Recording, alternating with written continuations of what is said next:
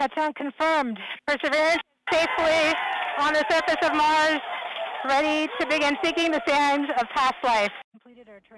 Когато марсоходът Perseverance кацна успешно на повърхността на червената планета в началото на 2021 година, това бе началото на нов етап за марсианската изследователска програма на НАСА. Предходни мисии, например тези на марсоходите Spirit, Opportunity и Curiosity, се занимаваха основно с геологията на планетата. Тяхната задача бе единствено да установят дали някога Марс е притежавал необходимите условия за появата на живот, но не и пряко да го търсят. Perseverance е първата съвременна астробиологична мисия. Задачата на този марсоход е да открива така наречените биопризнаци. Признаци, които могат да бъдат интерпретирани като доказателства за наличието на живот. Ето защо Perseverance бе изпратен в района на кратера Йезеро, който безспорно представлява едно от най-интересните места на Марс. Както самото име показва, в далечното минало на планетата кратерът е представлявал езеро. Снимки от орбиталните мисии, като например тази, заснета от европейската мисия Марс Експрес, показват, че в езерото се е вливала река, а останките от нейната делта са все още ясно видими. На Земята речните делти осигуряват идеалните условия за натрупването на седименти и образуването на вкаменелости от живи организми. Същото се очаква да се случва и на Марс, така че какво по-добро място от това, за да търсим останки от древен марсиански живот. И ето ни сега. Изминаха повече от 4 години от началото на мисията на Perseverance и НАСА съобщи, че най-накрая са открити биопризнаци, които могат да се интерпретират като доказателства, че такъв живот наистина е съществувал на Марс.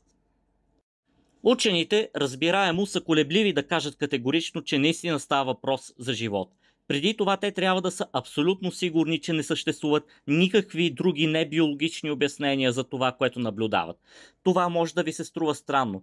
В крайна сметка, какво по-добро доказателство за живот от това да видим нещо наподобяващо живот? Според житейската логика, ако едно нещо прилича на патица, ходи като патица, плува като патица и кряка като патица, то най-вероятно е патица. Но в астробиологията нещата не стоят по този начин. Нещо повече. Ако едно нещо изглежда като вкаменелост, намира се там, където се очаква да бъдат намирани вкаменелости, то изненада. Много е вероятно да не е вкаменелост. Съществуват редица небиологични процеси, които могат да извайват структури, наподобяващи вкаменелости. Това вече се е случвало в историята на изследването на Марс. През 1996 година учени на НАСА обявиха, че са открили фосили от бактерии в метеорита Алън Хил 84001, който произхожда от марсианската повърхност. Даже тогавашният президент на щатите Бил Клинтън изнесе специална реч по случай на ходката. Години по-късно обаче изследователи успяха да докажат, че неорганични процеси могат да образуват структури, приличащи на бактериални колонии и биофилми. Този път нещата може би са различни. Миналата година, на 21 юли, марсоходът Perseverance се натъкна на особена скала, заровена частично в пресъхналото речно корито. Текстурата на скалата показа на изследователите, че е била потопена във вода, а приборите на марсохода откриха органични вещества, които представляват структурните блокчета на живота. Но най-изненадващото бе, че повърхността на скалата е осеяна с петна, които наподобяват козината на леопард. На Земята подобни находки обикновено се свързват с метаболизма на микроорганизми. От тогава мина 1 година, като през това време учените се опитваха да разберат дали съществуват някакви небиологични явления, които могат да доведат до появата на леопардови петна. Но до този момент не успяват да открият такива алтернативи. На теория, подобен тип структури могат да се образуват, ако скалите са изложени на високи температури или са в присъствието на киселини. Но нито една от тези възможности не съвпада с миналото на Марс. Но почакайте, има и още нещо. Учените откриха нови находки в марсианските скали – минерални възли, изградени от железен фосфат и железен сулфид, които са се образували под влиянието на окислително-редукционни реакции. На Земята микроорганизми, живещи в студените и бедни на кислород езера в Антарктида, са в състояние да преобразуват сулфати в сулфиди посредством такъв тип реакции. Доказателствата изглеждат убедителни.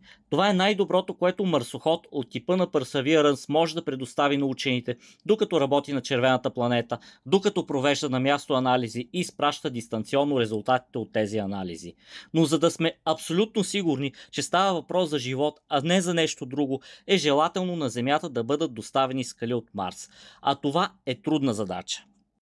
Марсоходът Perseverance вече събира скали и ги опакова в стерилни контейнери за по-нататъчно изстрелване към Земята, но наскоро стана ясно, че мисията на НАСА, която трябва да прибере и извози контейнерите, ще струва около 10 милиарда долара и съобразно сегашния бюджет и срокове на работа ще може да бъде реализирана чак през 2040 година.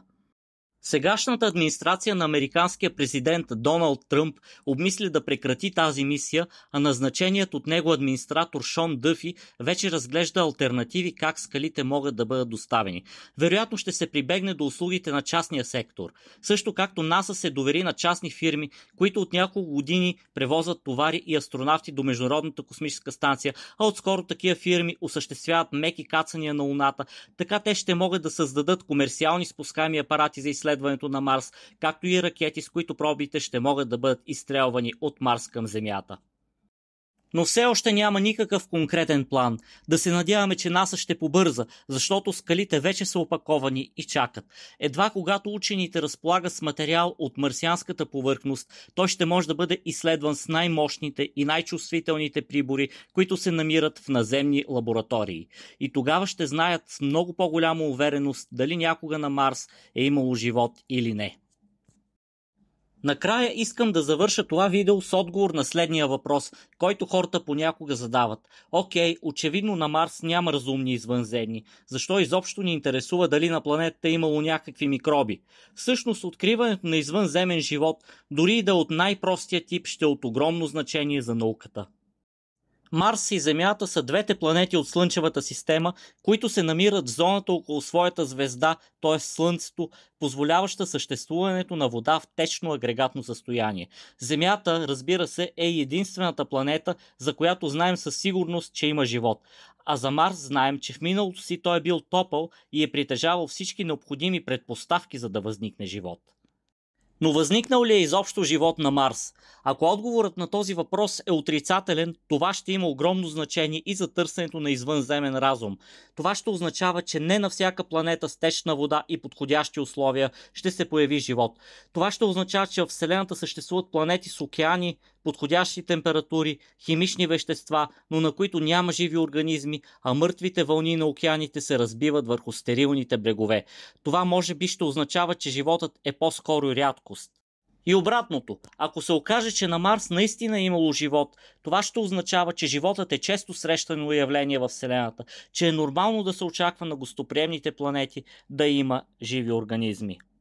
Ако ви е харесал този материал, не забравяйте да се абонирате за канала или да харесате страниците на Космос БГ в социалните мрежи. А ако смятате, че дейността ми като популяризатор на науката е полезна за обществото, ще се радвам и да ме подкрепите финансово. Благодаря ви, че изгледахте това видео и до нови срещи!